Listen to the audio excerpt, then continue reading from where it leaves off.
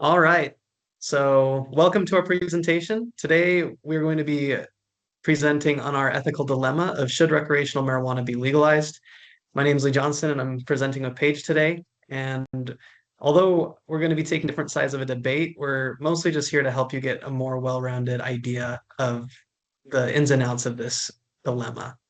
So, with that being said, we're going to jump right in, and Paige will start us off. Yes, so we wanted to start with some informative background on the topic. And we just wanted to hit some key terms, the difference between recreational marijuana and medical marijuana. So, recreational marijuana is just for personal use and enjoyment. And medical marijuana is when marijuana is used for medical purposes to help patients.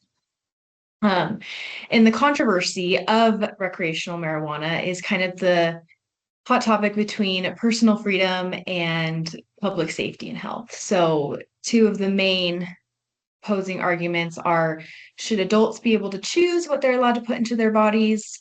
Um, and then would the legalization of recreational marijuana become a public health hazard?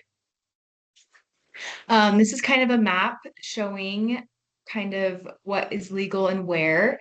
So most states allow for the use of medical marijuana, and that is legal.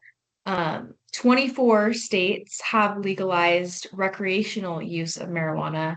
And then some states, it's not legal whatsoever. Here's like a good timeline of the history of recreational marijuana. Back in the 1900s, there were no laws surrounding the use of marijuana just because there was no education on the subject. And then throughout the years, it started to be used for medical purposes until research came out with some of the risks and the unknowns of using marijuana. And then the federal government deemed it illegal until the past about 15 years when states started to make their own laws regarding the recreational use of marijuana. Who accepts and who rejects?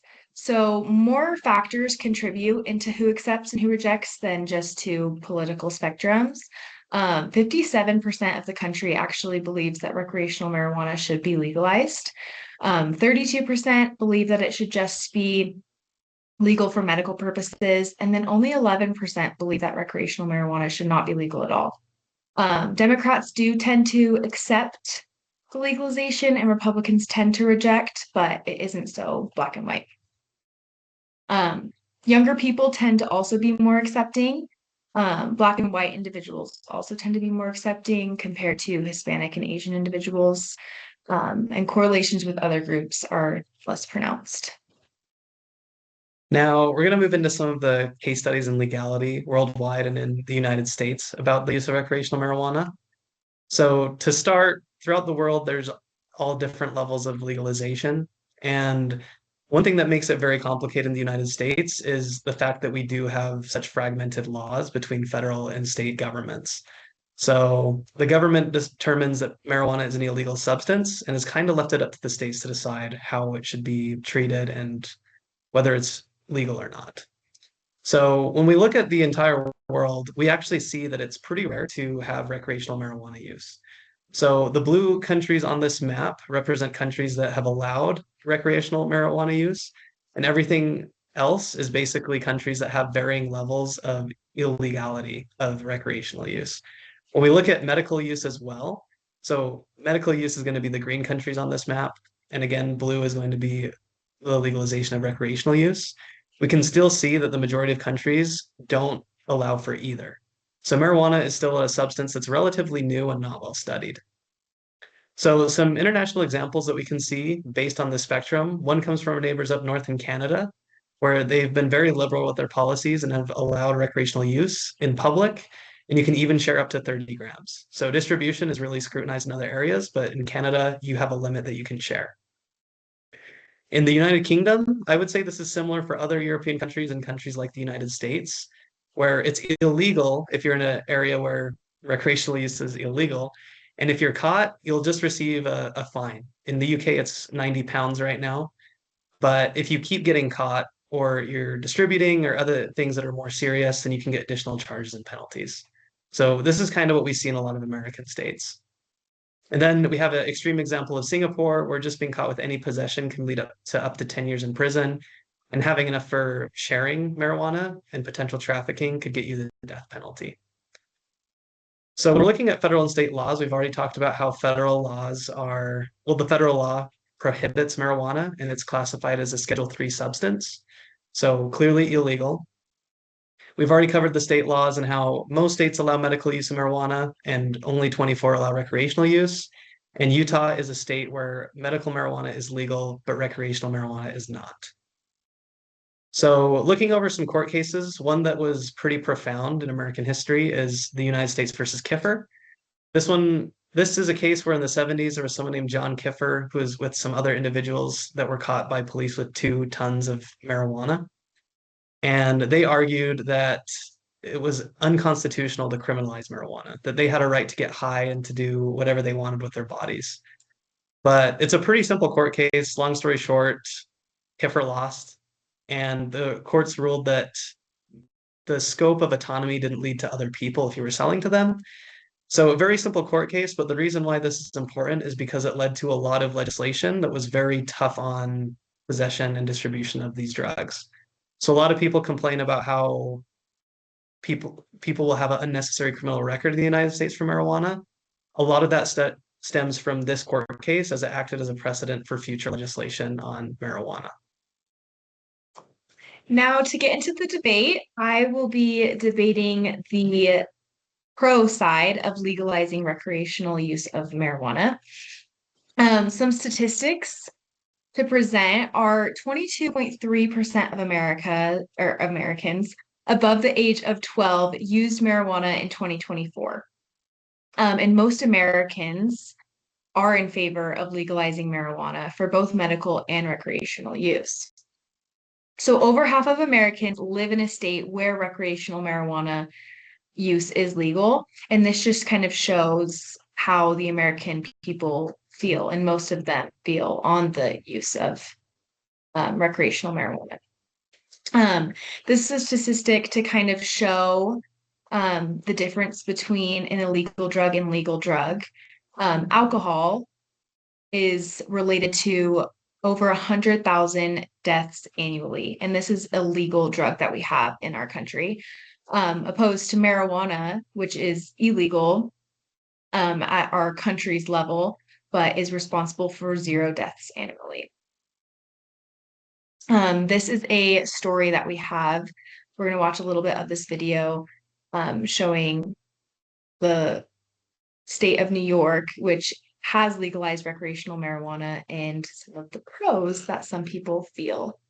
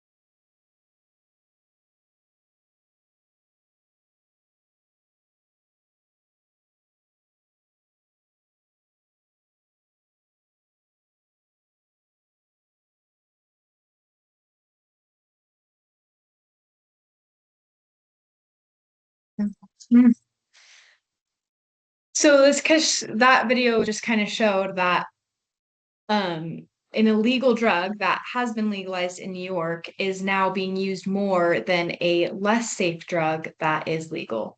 For example, alcohol. In the state of California, where recreational marijuana is legal, there has been a reported 259.9 million in a tax revenue for the first quarter of 2024 alone.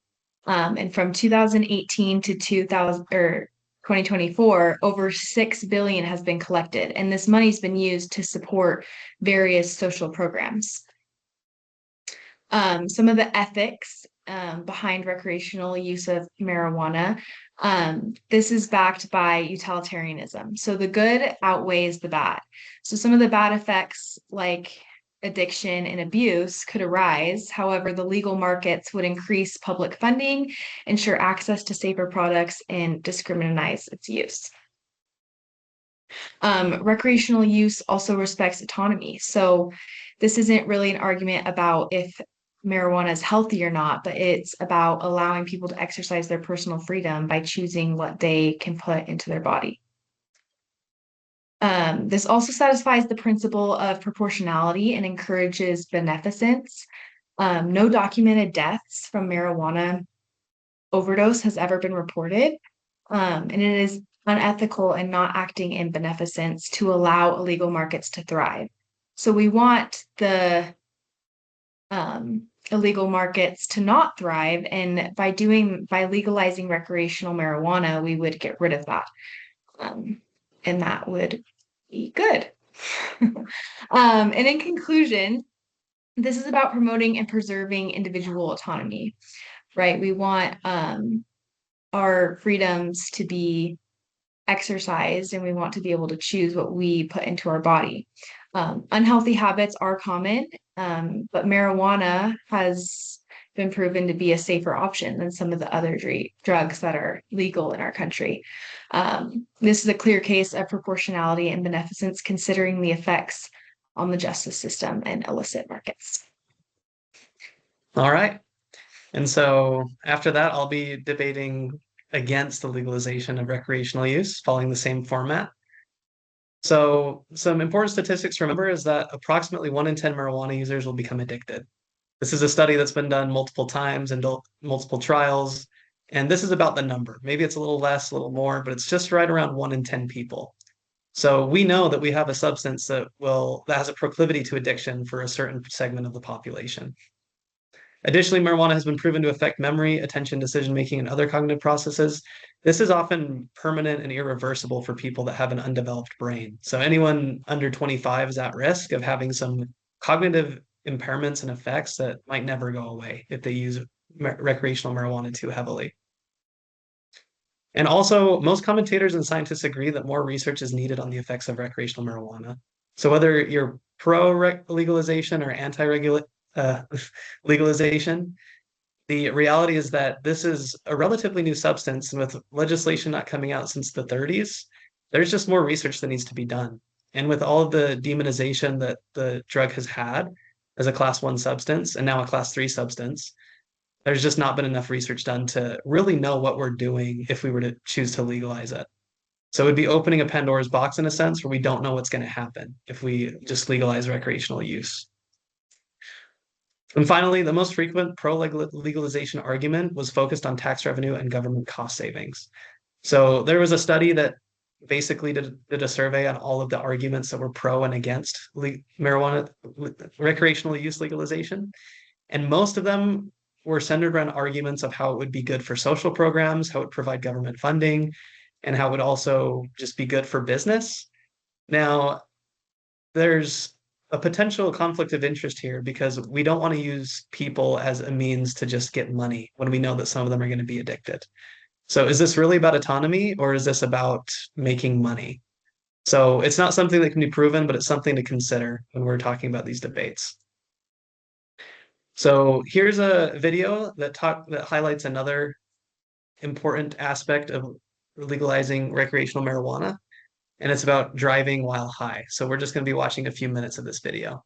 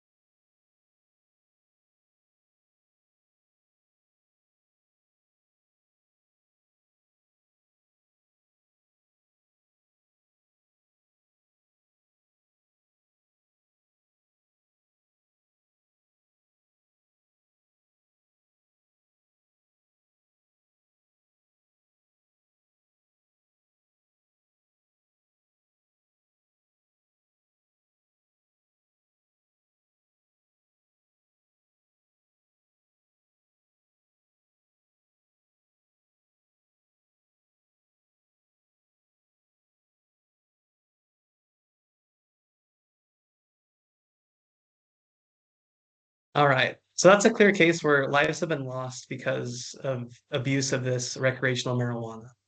So how do you monitor this kind of abuse and how does this affect justice? So when we talk about a clearly dangerous substance like alcohol that has caused a lot of deaths and injuries, it's pretty easy. Well, we have a universal way we can monitor it. So we have a classic picture here of a police officer with a breathalyzer test. That's a clear way to see how much alcohol is in somebody's system. We don't currently have any way that's universally accepted to test the sobriety of someone that's driving while under the influence of marijuana. And this leads to real consequences and real people that die from these events. And this affects justice because there's no legal framework to really focus on how to even charge people with something that can't be measured.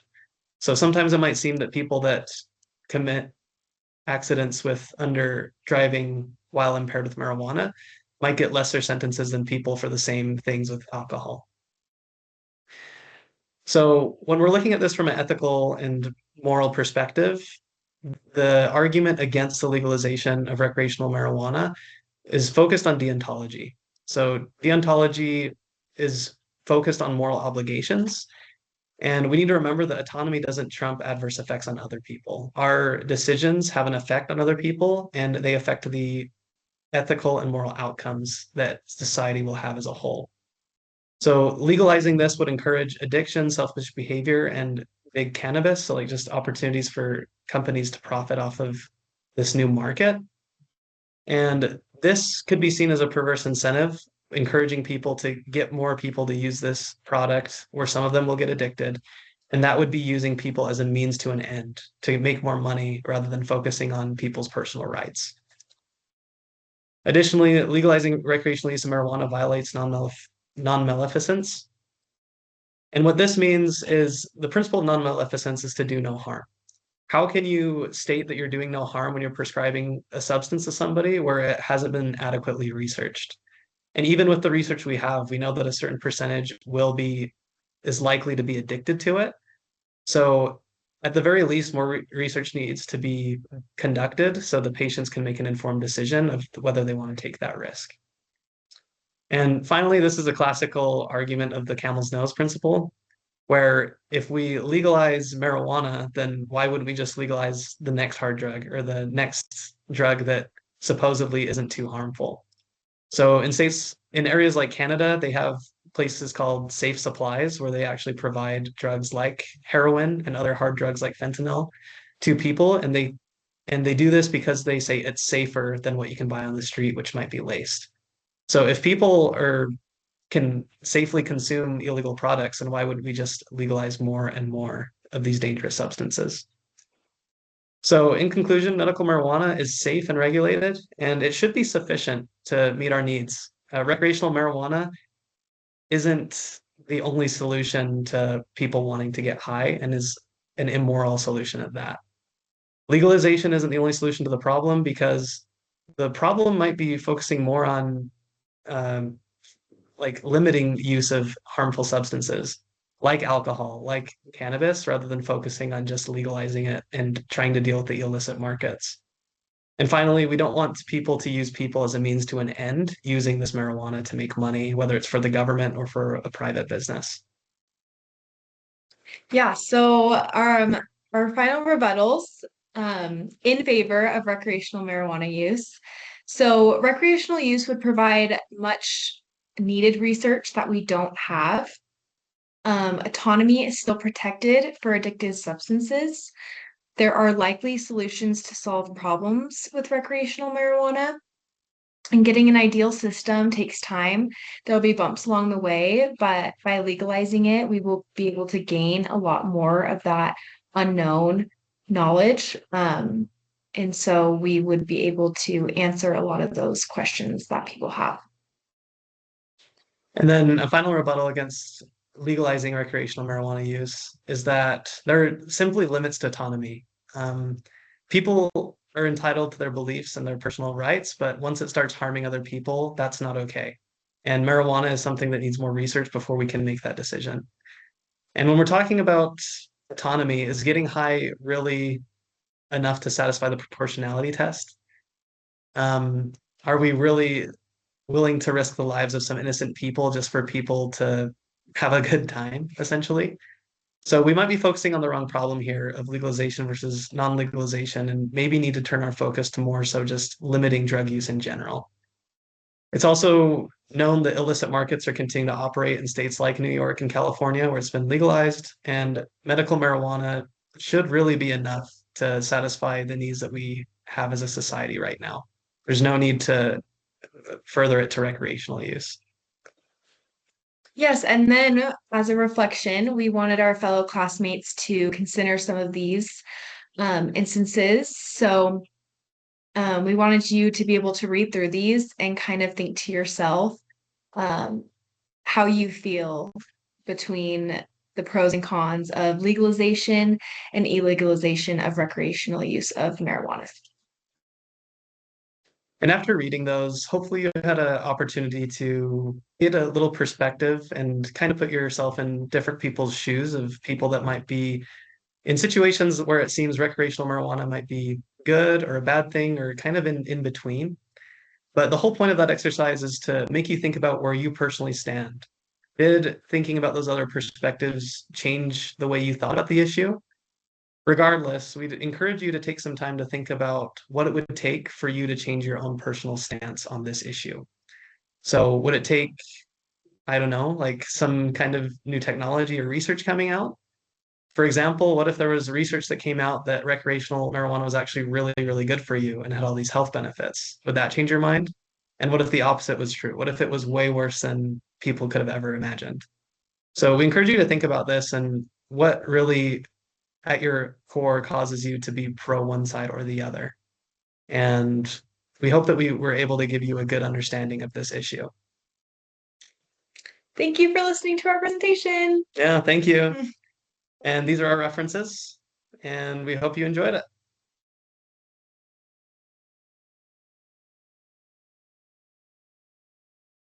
Yay, we did